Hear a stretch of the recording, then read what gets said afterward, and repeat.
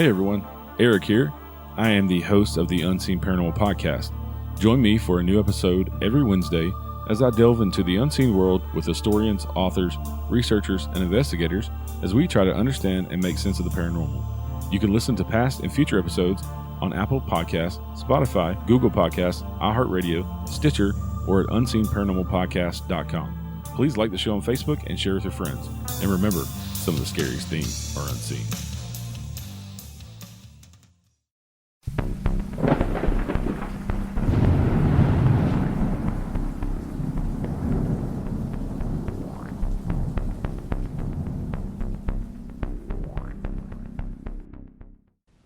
Hi everyone, welcome back to Southern Ghost Stories, where we talk about some of the most haunted places in the South. I'm your host Chelsea along with Alan. Hey there.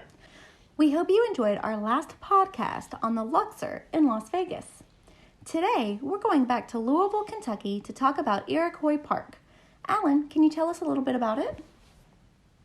Just south of downtown Louisville, you'll find a sprawling 725-acre park.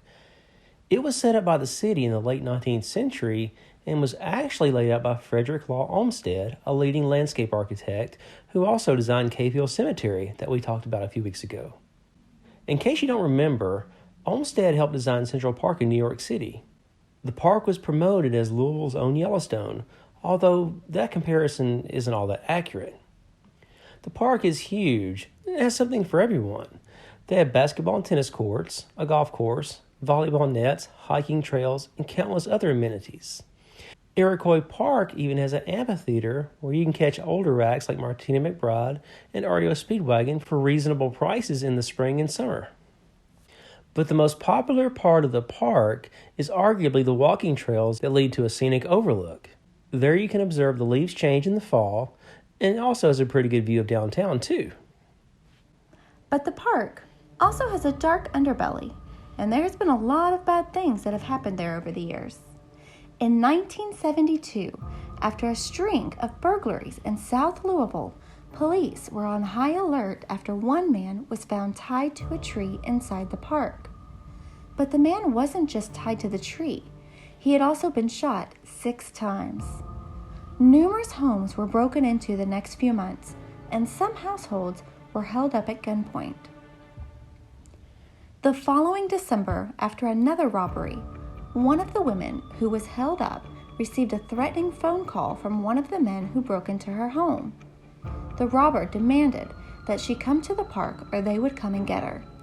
The woman quickly notified the police and they arranged for law enforcement to hide in the park. A female officer, disguised as the woman, was recruited to drive her car to the park later that night. When the officer pulled into the parking lot, she was met by 2 men in ski masks who told her where to park. When the woman stopped the car, the 2 masked men demanded she get out of the car. As the officer opened the door, other officers appeared and told the men to drop their guns. One of the men did as he was told, but as the other man pointed his gun at the officer, he was shot 5 times by other policemen in the area. He died there in the parking lot of the park. In the early 1980s, women around Louisville were terrorized by someone who was kidnapping local women and taking them to the park. Once they got to the park, the women were raped and shot at close range. Police were baffled and worked diligently on the case, only to watch it go nowhere. That was until 1983, when a 15-year-old girl was abducted at gunpoint and taken to the park by a man in a 1975 Chrysler Cordoba. When the girl got out of the car, she desperately began stabbing her attacker with a pocket knife she had hid from him. The young lady stabbed him 7 times with a 2.5-inch blade and managed to get away and run to a convenience store where she called the police. Later that night, a man named Beoria Simmons was admitted to the ER for multiple stab wounds. When Beoria was interrogated by police, he insisted that he had picked up 4 hitchhikers and they attacked him and tried to take his money. But later that night, the police came and interrogated Beoria again. They found the murder weapon, and the serial killer they'd been looking for began to confess to the killings. Well, sort of. He tried to argue that each murder was self-defense, and that each time he thought he was about to be robbed. When he went on trial, Peoria tried to claim mental illness, and the murders were brought on because his girlfriend had recently dumped him.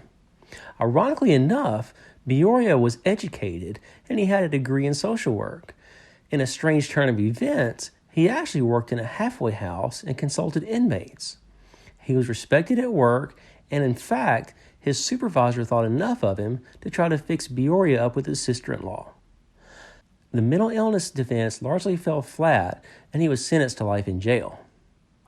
During this time, crime got so bad in the park that roads that led to the scenic overlook were closed for several years.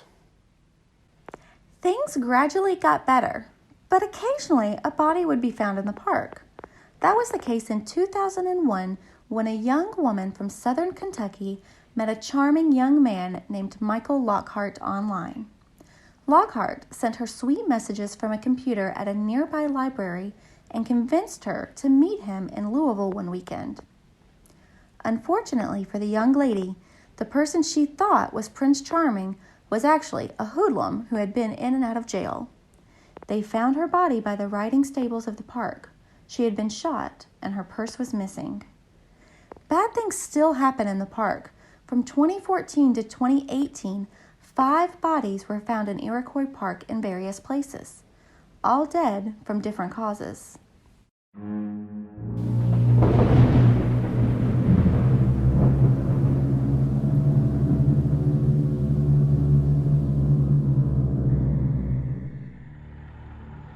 Iroquois Park is believed to be very, very haunted, but it's not necessarily due to all the people who've been murdered there. In fact, the paranormal activity stems all the way back to the 1800s. According to locals, the land that the park now sits on was farmland in the 19th century, and an older couple lived there and worked on the land. One day while the farmer was in town conducting business, Native Americans who believed they had a right to the land burst into the farmer's house to stake their claim to the property. Unfortunately, the only person home that evening was his elderly wife. She was preparing dinner there in the kitchen. The Indians showed the woman no mercy and dragged her by her long gray hair out of the house.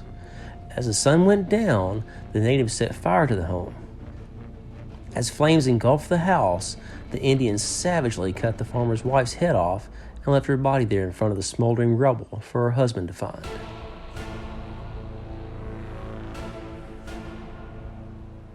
Ever since then, people have reported seeing a headless woman roam Iroquois Park at night. She's said to be wandering through the park and holding her own head in her hands.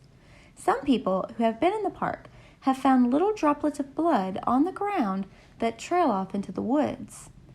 I don't know about you, but I don't think I want to see where they're coming from. Is Iroquois Park haunted, or is it cursed?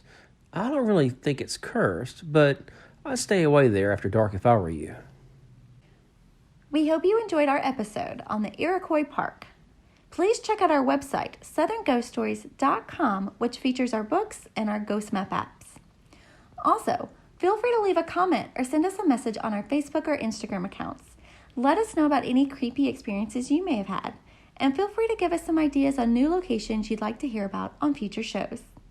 And those books Chelsea mentioned are Southern Ghost Stories, Historical Hauntings, Haunted Hotels, Ghost of Gallatin, and our latest, Murfreesboro, Spirits of Stones River. And they make great stocking stuffers, by the way. Be sure to subscribe and leave a 5-star review. We appreciate everyone who's taken a few minutes to do it for us already, and those reviews are very, very helpful. So please check back with us next week as we head back up north to Salem, Massachusetts to talk about the Gardner Pingree House. But the most popular part of the park is arguably... What? But the most popular part of the park is... That most popular part of the park. The popular part of the park. Popular part of the park. I'll make sure to not accentuate the P's. But the most popular part of the park... Will you stop? Do you know what Santa Claus's nationality is? He's North Polish. Hmm. Supposed to laugh when I say something funny. Waka waka. You think that was funny? No. Did you think it was funny? Yeah? I don't think you really thought it was funny. I think you would have had a better presentation than that. Well, how would you have presented it? Wasn't my joke. I wouldn't have picked it to begin with.